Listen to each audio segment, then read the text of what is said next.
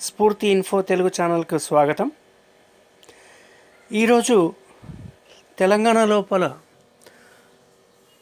Jayashankar agriculture university మరియు PV Narasimha Rao veterinary యూనివర్సిటీలో ఖాళీగా ఉన్నటువంటి senior assistant, junior assistant cum typist పోస్టుల భర్తీకి వెలువడిన నోటిఫికేషన్ గురించి, దానిలో ఉండేటటువంటి పోస్టుల సంఖ్య, కావాల్సిన అర్హతలు, పరీక్షా విధానము మరియు ఏ విధంగా ప్రిపేర్ కావాలి అనే అంశాల గురించి చర్చిద్దాం.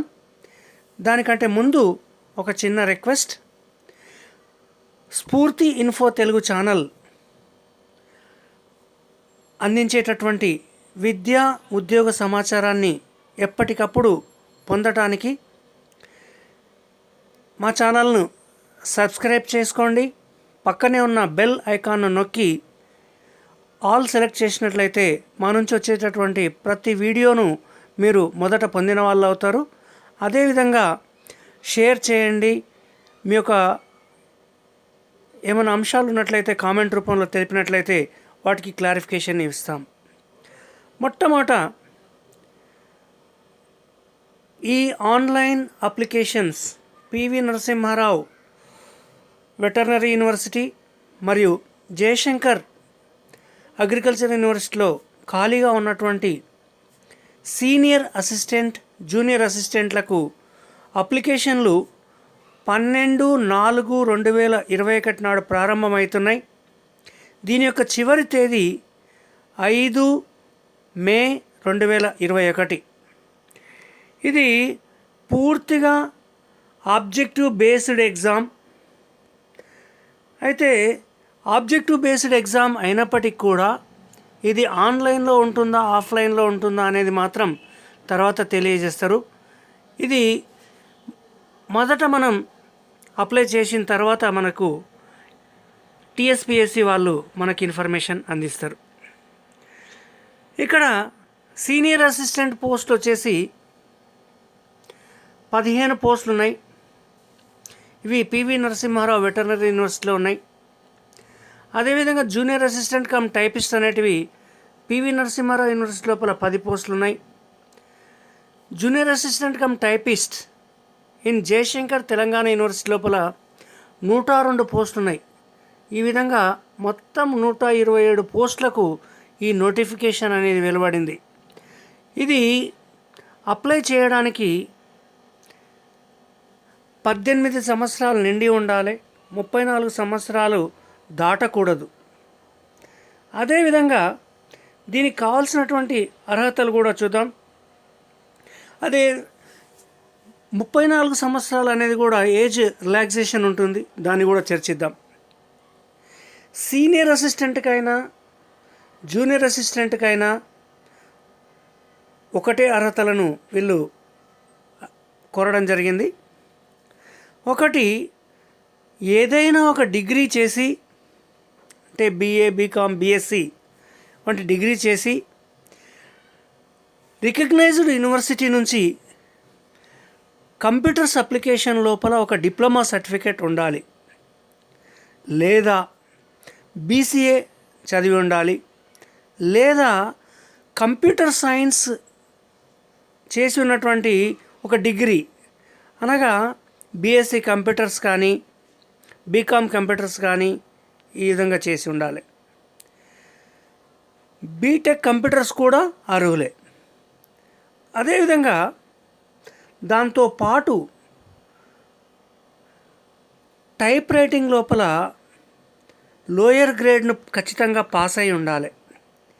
అంటే డిగ్రీ ప్లస్ లోయర్ గ్రేడ్ ఉన్నటువంటి వాళ్ళు అర్హులని చెప్పుకోవచ్చు.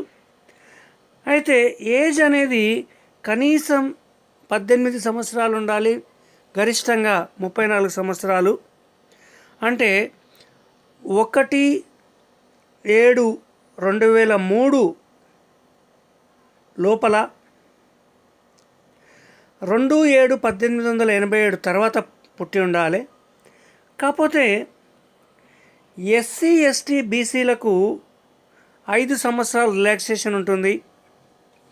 ఫిజికలీ హ్యాండిక్యాప్డ్ అయితే 10 సంవత్సరాల రిలాక్సేషన్ ఉంటుంది. ఎన్సీసీ లోపల ఇన్స్ట్రక్టర్గా పనిచేసినటువంటి వాళ్లకు 3 సంవత్సరాల రిలాక్సేషన్ ఉంటుంది. ఎక్స్ సర్వీస్ మ్యాన్ అయితే అంటే మాజీ అధికారులు ఆర్మీలో పనిచేసినటువంటి వాళ్ళు, నేవీలో పనిచేసినటువంటి వాళ్ళకు 3 సంవత్సరాల రిలాక్సేషన్ ఉంటుంది. అదేవిధంగా తెలంగాణ స్టేట్ లోపల ఏదో డిపార్ట్మెంట్ లోపల వర్క్ చేస్తున్నటువంటి వాళ్ళకు కూడా 5 సంవత్సరాలు రిలాక్సేషన్ ఉంటుంది. కాకపోతే టీఎస్ఆర్టీసీలో కానీ, కార్పొరేషన్స్ కానీ, మున్సిపాలిటీస్లో కానీ చేసేటటువంటి వాళ్ళకు ఈ 5 సంవత్సరాల రిలాక్సేషన్ అనేది వర్తించదు. ఇంకా ఫీజు వచ్చేసి 200 రూపాయల ఫీజు ప్లస్ 80 రూపాయలు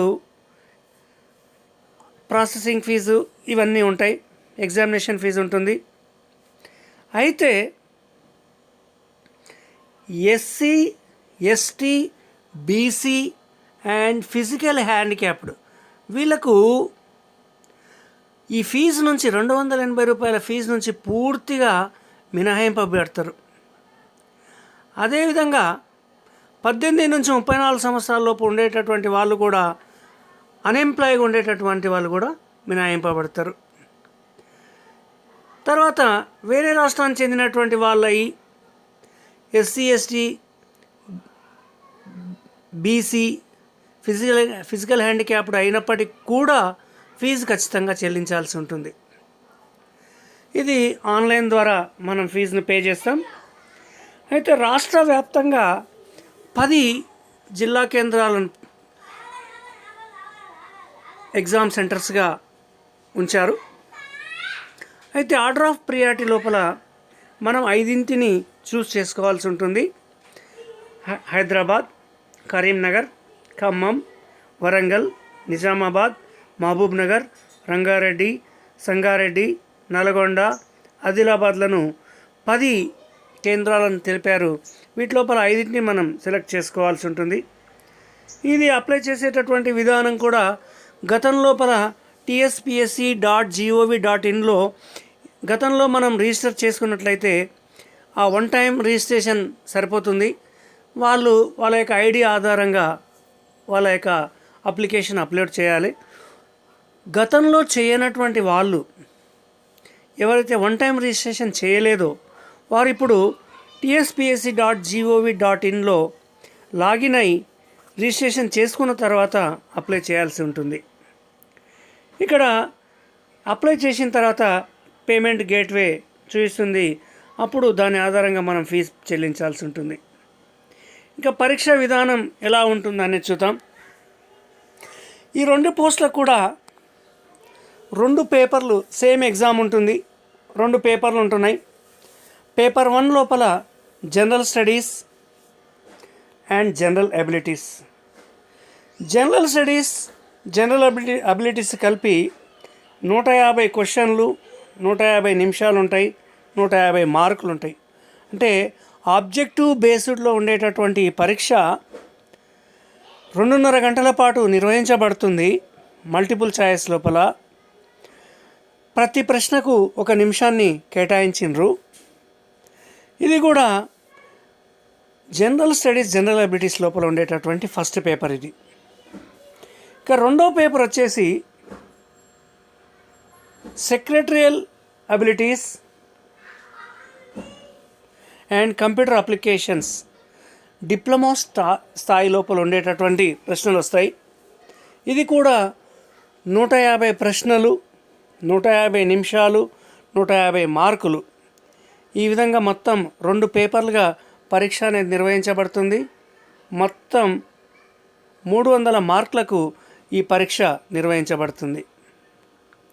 తర్వాత ప్రతి ప్రశ్న కూడా జనరల్ స్టడీస్ మరియు జనరల్ అబిలిటీస్ లోపల ఇంగ్లీష్ మరియు తెలుగు లోపల క్వశ్చన్ పేపర్ ఉంటుంది. ఇక్కడ కంప్యూటర్ అప్లికేషన్స్ మాత్రమే కేవలం ఇంగ్లీష్ లోపల ఉంటుంది. దీని యొక్క సిలబస్ వచ్చేసి ఏ విధంగా ప్రిపేర్ కావాలి, మనం ఏ విధంగా సాధించాలనేది కూడా చూద్దాం. పేపర్ 1లో జనరల్ స్టడీస్ వచ్చేసి కరెంట్ అఫైర్స్, జాతీయ స్థాయి, అంతర్జాతీయ స్థాయి, జరిగినటువంటి ముఖ్యమైనటువంటి తాజా సమాచారం నుంచి క్వశ్చన్స్ ఇస్తారు. ఇంటర్నేషనల్ రిలేషన్స్ అండ్ ఈవెంట్స్ అంటే అంతర్జాతీయంగా జరిగినటువంటి ముఖ్య సంఘటనలు, సంబంధాలు, ఇవన్నీ కూడా మనం చూడాల్సి ఉంటుంది. General science, India's achievement in science and technology. General science ఒక భాగంగా, తర్వాత సైన్స్ అండ్ టెక్నాలజీ లోపల ఉదాహరణకు ఇస్రో ప్రయోగించినటువంటి రాకెట్ల గురించి కానీ, పిఎస్ఎల్వీల గురించి కానీ, ఒకసారి గరిష్టంగా ఎన్ని రాకెట్లను తీసుకెళ్ళింది కానీ, శాటిలైట్లను ఎన్ని తీసుకెళ్ళింది కానీ, ఈ విధంగా ఎన్నో క్వశ్చన్లను దీని నుంచి అడిగే అవకాశం ఉంటుంది. Environmental issues and disaster management కూడా దీనిలో భాగమే. Economy of India and Telangana, జాతీయ స్థాయిలో మరియు రాష్ట్ర స్థాయిలో ఆర్థిక వ్యవస్థ ఏ విధంగా ఉందనేది కూడా దీనిలో చూస్తారు. Geography of India with focus of Telangana. Geography ఏ ప్రాంతాలు వేటికి అనుగుణంగా ఉంటాయి, జియోగ్రఫీ నుంచి క్వశ్చన్స్ అడగడానికి అవకాశం ఉంటుంది. Indian constitution and polity with focus on local self government. స్థానిక సంస్థలను ప్రాముఖ్యతను ఇస్తూ ఇక్కడ ఇండియన్ కాన్స్టిట్యూషన్ మరియు పాలిటీ నుంచి కూడా క్వశ్చన్స్ వస్తాయి. తర్వాత society, culture, heritage, arts and literature of Telangana. ఇది తెలంగాణ రాష్ట్రం నిర్వహిస్తున్నటువంటి పరీక్ష కాబట్టి తెలంగాణ యొక్క కల్చరు, సంస్కృతి, సంప్రదాయాలు, వారి కళలు, ఇవన్నిటిని కూడా ఎక్కువగా అడిగే అవకాశం ఉంది. అదేవిధంగా పాలసీస్ ఆఫ్ తెలంగాణ స్టేట్ అంటే రాష్ట్ర ప్రభుత్వం ఏవైతే కార్యక్రమాలు చేపట్టిందో వాటి యొక్క కార్యక్రమాల అప్లికేషన్స్ కానీ, అవి ఏంటి కోసం ఉపయోగపడతాయని కానీ, కళ్యాణ లక్ష్మి, షాదీ ముబారక్, మిషన్ భగీరథ, మిషన్ కాకతీయ, ఈ విధంగా అన్ని స్కీమ్ల నుంచి అడిగే అవకాశం ఉంటుంది. History of modern India with focus on Indian national movement. మనకు హిస్టరీ నుంచి మోడర్న్ ఇండియన్ నేషనల్ మూమెంట్ నుంచి కూడా క్వశ్చన్స్ అడిగే అవకాశం ఉంది. అదేవిధంగా history of Telangana with special emphasis on movement for Telangana statehood. Telangana రాష్ట్ర ఆవిర్భావానికి జరిగినటువంటి పోరాటం నుంచి కూడా క్వశ్చన్లు అడిగే అవకాశం ఉంది. దాంతోపాటు 10వ తరగతి స్థాయి లోపల ఇంగ్లీష్ నుంచి కూడా క్వశ్చన్స్ అడిగే అవకాశం ఉంది. ఇదంతా కూడా జనరల్ స్టడీస్ అండ్ జనరల్ ఎబిలిటీస్గా చెప్పుకోవచ్చు. ఇక రెండో పేపర్ వచ్చేసి secretarial abilities and computer applications. ఇది డిప్లొమా స్థాయి లోపల ఉండేటటువంటి క్వశ్చన్స్ మాత్రమే అడుగుతారు. అంటే DCA, PGDCA చేసినటువంటి వాళ్ళు ఈజీగా చేయగలిగేటటువంటి క్వశ్చన్ పేపర్ ఇది. మొదట పేపర్ 2 లోపల మెంటల్ ఎబిలిటీ, ఇది వెర్బల్, నాన్ వెర్బల్ క్వశ్చన్స్. తర్వాత logical reasoning, comprehension and rearrangement of sentences with you off to improving analysis of A passage. అంటే పదాల అమరికను మార్చడం ద్వారా అర్థవంతమైనటువంటి వాక్యాలను సమకూర్చడం. న్యూమరికల్ అండ్ అర్థమెటికల్ ఎబిలిటీస్, ఇవి న్యూమరికల్ మరియు అర్థమెటికల్ ఎబిలిటీస్ అంటే కాలము పని, కాలం, దూరము, వడ్డీ, ఇవన్నీ చిన్న చిన్న లెక్కలు కూడా వచ్చే అవకాశం ఉంటుంది. దాంతోపాటు బేసిక్స్ ఆఫ్ కంప్యూటర్స్ అంటే CPU అంటే ఏంది, సిస్టమ్ హార్డ్వేర్ ఏంటివి, ప్రోగ్రామ్ లాంగ్వేజ్, ట్రాన్స్లేటర్స్, ఇవన్నీ చిన్న చిన్న అంశాలు అడిగే అవకాశం ఉంది. అదేవిధంగా MS ఆఫీస్ ఆటోమేషన్ కోసం, అంటే ఇప్పుడు ప్రతి ఆఫీస్లో కూడా MS వర్డ్ను వాడుతున్నారు కాబట్టి MS వర్డ్, MS ఎక్సెల్, వీటి లోపల కొంత క్వశ్చన్లు అడిగే అవకాశం ఉంది. Power point, internet and network basics, దీంతో పాటు డేటా బేస్ అంటే DDL, DBMS, DML, DCL, ఇవన్నీ కూడా అడిగే అవకాశం ఉంది. ఈ విధంగా ఈ సిలబస్ను మనం ముందుంచుకొని ఒక క్రమమైన పద్ధతిలో ప్రిపేర్ అయినట్లయితే ఖచ్చితంగా ఈ ఉద్యోగాన్ని మనం సాధించే అవకాశం ఉంది. ఎందుకంటే పోస్టుల సంఖ్య కాదు మనకు ముఖ్యం, మనకు కావాల్సింది ఒకే ఒక పోస్ట్ అనే ఉద్దేశంతో ఎప్పుడైతే ప్రిపేర్ అవుతామో ఖచ్చితంగా ఆ ఉద్యోగం